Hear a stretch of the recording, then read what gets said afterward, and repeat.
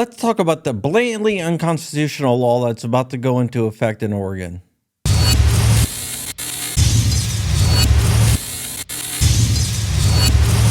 What's up, Wolverines, and welcome back to my little piece of paradise known as John Crump News. Today we are brought to you by Lear Capital. Lear Capital is the gold standard in precious metal investing, and right now the economy is in the toilet, and you can protect your assets by investing in gold and silver.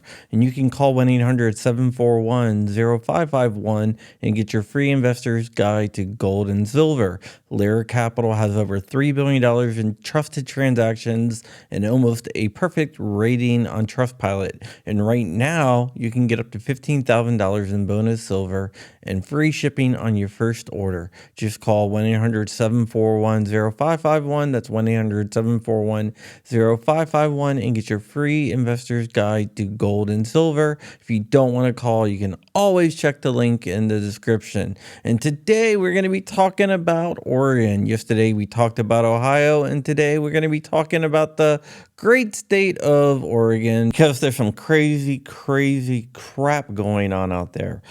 If you don't know, which I'm sure you do, we voted a few days ago for members of Congress and everything else.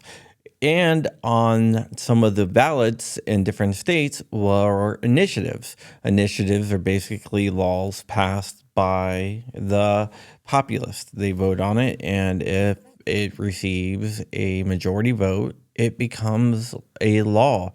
And Oregon now has one of the most restrictive laws on the books, or it looks like they have the most restrictive laws on the books because all the votes haven't been counted, but right now it looks like there's not going to be enough to go against this law. And this law is blatantly unconstitutional. What happens with these initiatives are the legislatures never get to debate on it or look at it and decide if it's unconstitutional or not.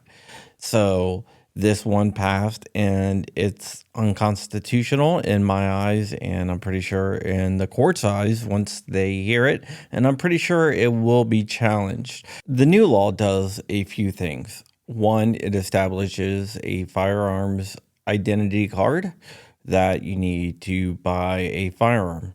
Some states have this, and it's held up in court, even though I don't think it should, and it might not after Bruin. But this one goes way beyond any of the other ones in the country. So in order to get this firearms ID card to buy a firearms, you have to do a few things. You have to pay a fee, which you're paying for a right, which right there is most likely unconstitutional. You cannot be charged for a right. They cannot make you pay to exercise your right. There was a case out of Pennsylvania called Murdoch versus Pennsylvania, where they were trying to charge a Jehovah's Witness money to give him a permit to hand out his literature.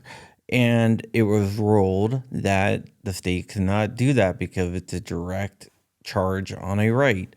So this law might run afoul of the Murdoch case, but who knows? I've seen judges do crazy things, and the NFA is kind of a direct charge on a right as well.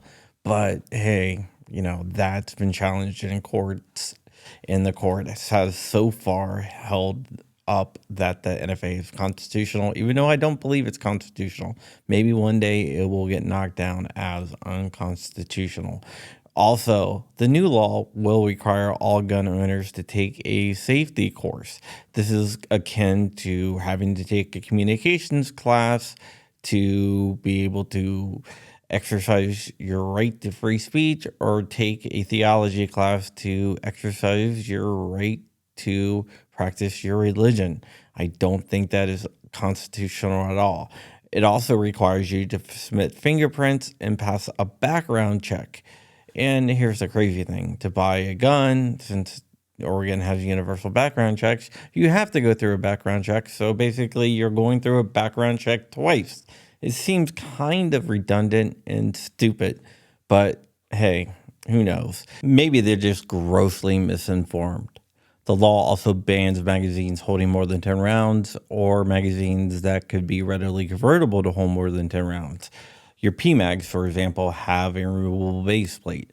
So if you have something in there, a block or something in there that prevents you from putting more than 10 rounds in there, if it has a removable base plate, that will allow you to take it off and take everything out in there and sticking a new spring and everything that allows more than 10 rounds, that is outright banned. There is challenges to magazines restrictions like the ones in California, for example, that are going through. So that might be knocked down before anyone can even challenge the magazine restrictions. But the other restrictions, I'm sure gun rights organizations are looking at, and they are probably going to sue. I don't have any firsthand knowledge of that, but I'm pretty sure that will happen. All right, guys, have a happy Saturday. I hope you enjoy your weekend, and yeah, just have a great day. All right, guys, I love you very much. Stay ever vigilant, stay ever free. If you can do me a huge favor, like the video, comment down below what is your favorite caliber of ammunition, and give your family a hug. All right, Wolverine's motherfucker.